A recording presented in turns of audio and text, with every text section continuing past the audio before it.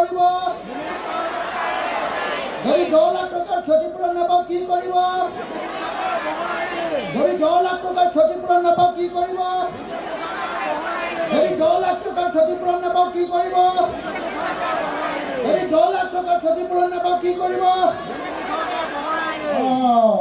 কিমান টকাৰ ক্ষতিপূৰণ লাগিব? কিমান টকাৰ ক্ষতিপূৰণ লাগিব?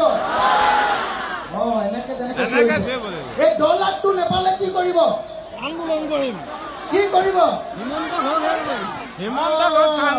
যদি 10 লাখটো নাপাওঁ তেতিয়াহ'লে হিমন্তৰ কলিজা খাম। হয়নে নহয়? কলিজা খাম মানে মানুহটো মাৰিম বুলি কোৱা নাই। কলিজা খাম মানে তেওঁক একদম পুৰা ধৰিমগে বুলি বুজাইছো।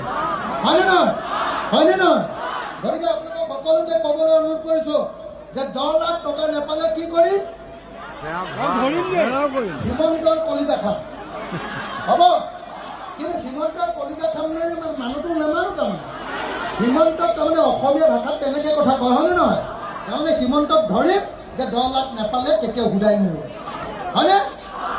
একেলগতে যদি 10 লাখ টকাৰ ক্ষতিপূৰণ নাপাওঁ তেতিয়াহ'লে কি কৰিম? হিমন্তৰ কলিজা খাম। এনেকে চিঞৰিব লাগিব। আকৌ যদি 10 লাখ টকা নাপাওঁ তেতিয়াহ'লে কি কৰিম? যদি 10 লাখ টকা নাপাওঁ তেতিয়াহ'লে কি কৰিম? যদি 10 লাখ টকা নাপাওঁ তেতিয়াহ'লে কি কৰিম? যদি 10 লাখ টকা নাপাওঁ তেতিয়াহ'লে কি কৰিম? যদি 10 লাখ টকা নাপাওঁ তেতিয়াহ'লে কি কৰিম?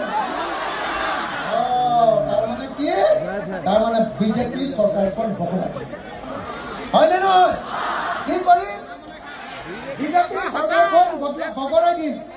কি বুলি কম? বিজেপি চৰকাৰখন বগৰাই দিম।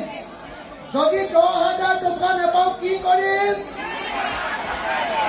যদি 10 লাখ টকা নাপাওঁ কি কৰিম? একেলগতে বিজেপি চৰকাৰখন বগৰাই দিম। বিজেপি চৰকাৰখন বগৰাই দিম। এইবুলি চিঞৰিব একেলগতে, বিজেপি চৰকাৰখন বগৰাই দিম। মই চিঞৰিম এতিয়া, যদি 10 লাখ টকাৰ ক্ষতিপূৰণ নাপাওঁ তেতিয়াহ'লে কি কৰিব?